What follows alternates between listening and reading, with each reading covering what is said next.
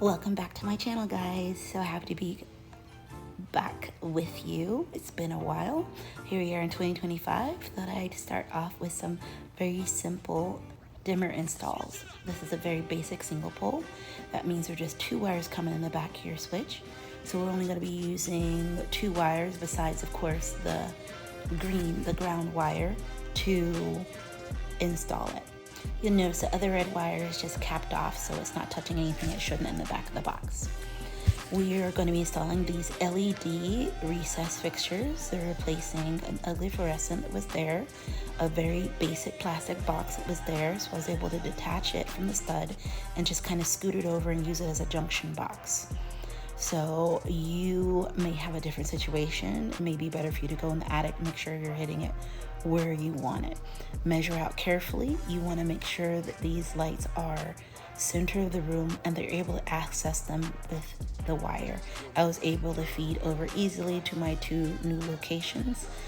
Also, if you're not a professional drywall patcher or you don't have one in your Rolodex, cut very carefully because you want them to look as seamless as possible. The new retrofit recess lights are very simple to install, but they need to be snug. Here you have an option of, I guess we would describe these as the temperatures or the color of your lighting. If you like it more blue, more yellow, try it out first and let your clients see what kind of light they like. There's a nice punch out already in junction box that come with these fixtures. So you're just gonna jab in your neutral, black, and ground wire. Make sure the junction box is nice and sealed and it just gets tucked back in the ceiling. It's self-contained. Once you get it snugly up in the ceiling, honestly guys, that is the hardest part. That's it. It looks beautiful if you measure correctly. The second install, we're going to focus more on the dimmer install itself.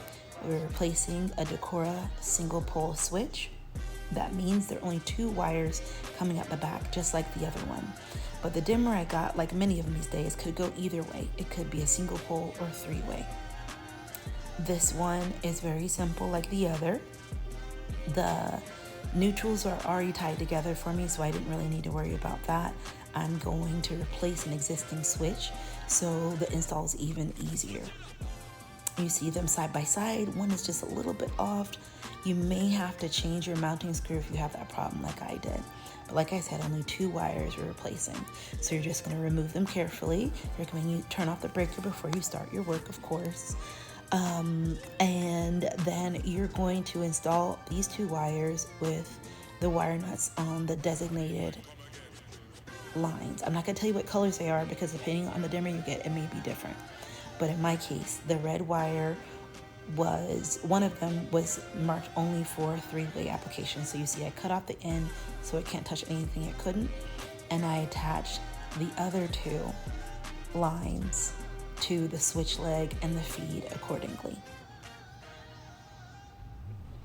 Quite simply after that, as long as the power is off, you neatly tuck your wires back there, put your setting screws back in, ended up a lot flatter than the other switch. And the Edison bulbs I installed or I chose are dimmable. So you can switch off the bottom and then the top dims it. We're very pleased with the lighting. It's perfect for the dining room. Hope this is helpful for you in your home. Leave comments below. Have a good one.